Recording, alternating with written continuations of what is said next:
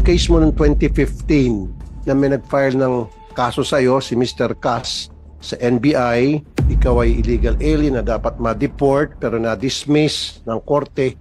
Ano nangyari po doon? During the time, may file ng kaso sa akin. Pero, meron ng mga lawyer ko na handle ito case. Then maybe, Madam Chair, we can invite Mr. Nestor Cas in the next hearing, and then the fiscal, kasi sa fiscal's office pa lamang na-dismiss na yon, ano mga ebidensya present ni Mr. Nestor Cas and why was it dismissed? Kasi dinanata sa NBI yung reklamo ni Mr. Cas. So, ano yung mga dokumentong nakalap ng NBI para iakyat yung kaso sa piskalya?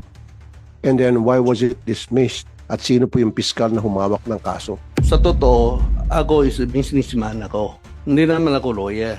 Sa akin lang, during the time, pero meron kami na yung mga papeles issue by government is original. Lumala yung sagot niya siguro. We can ask the NBI to answer my question. So, kalkalin natin sa NBI kung ano yung mga dokumento presenta ni Mr. Cas back then and why was it dismissed. So, what did the immigration do? Blacklist ba nila kasi nakalabas siya ng Pilipinas at may complaint against him for deportation? Sana naka-blacklist siya at hindi na siya nakapasok. Base po sa desisyon ng BI noon at base po sa desisyon ng ibang ahensya po ng gobyerno, ang basehan po nila ng pag-dismiss is may presumption lang po ng pagiging citizen niya dahil po dun sa mga pinisintang ebidensya.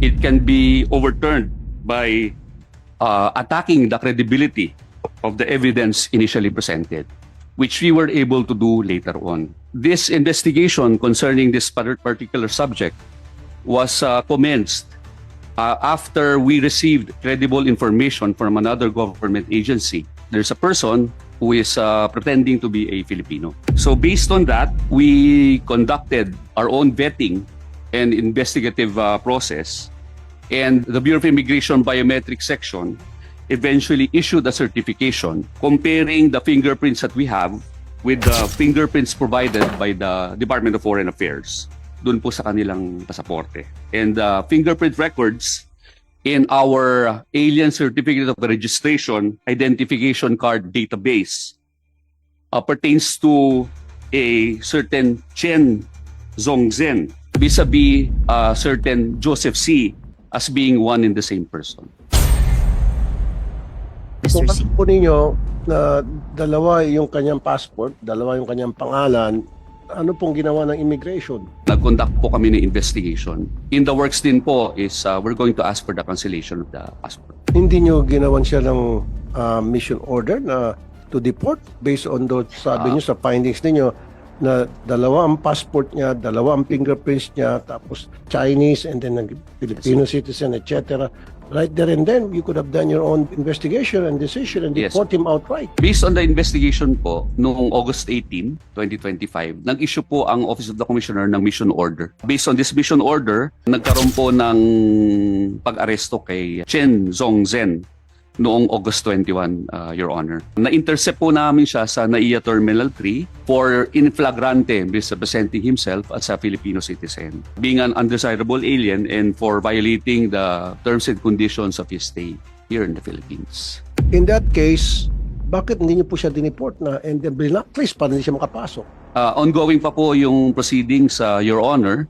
Bakit And then, pinapatagal? napag-abutan na po kami nung court proceedings po, Your Honor. Is this the first time ever na dinala sa korte, nilabanan kayo at narilisan ng writ of habeas corpus ang immigration? Is this the first time o nangyari na before the previous case? Sir Rodolfo, that's a very good point po. Actually, in the past, late 1990s po, and I believe even earlier, meron pong questions katulad niyan na meron ho nag-file ng habeas corpus case. Pero ho, ang commissioner po noon at mga subsequent na mga commissioner po, nilabanan po talaga yan. At na-uphold po ng Supreme Court na meron hong power ang Bureau of Immigration to commit aliens who are supposedly in violation of immigration laws. Ang commitment order po na ini-issue po namin is enough basis to detain the person. Pagka ang korte po, kinusyon yun, ina-uphold ng Supreme Court. Ang sinasabi ho, ang BIS merong power. So bakit nakialam pa rin itong korteng RTC na nag-issue ng writ of habeas corpus?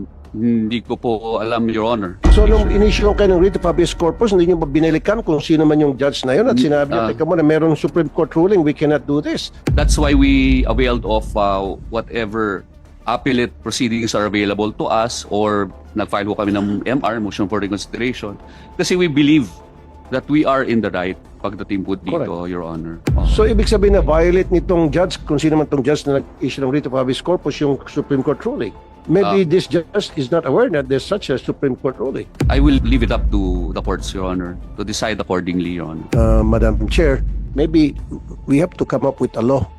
Once na nakita ng immigration with a solid pieces of evidence na talagang hindi to Filipino citizen na dapat ito'y ma-deport na, wag nang makialam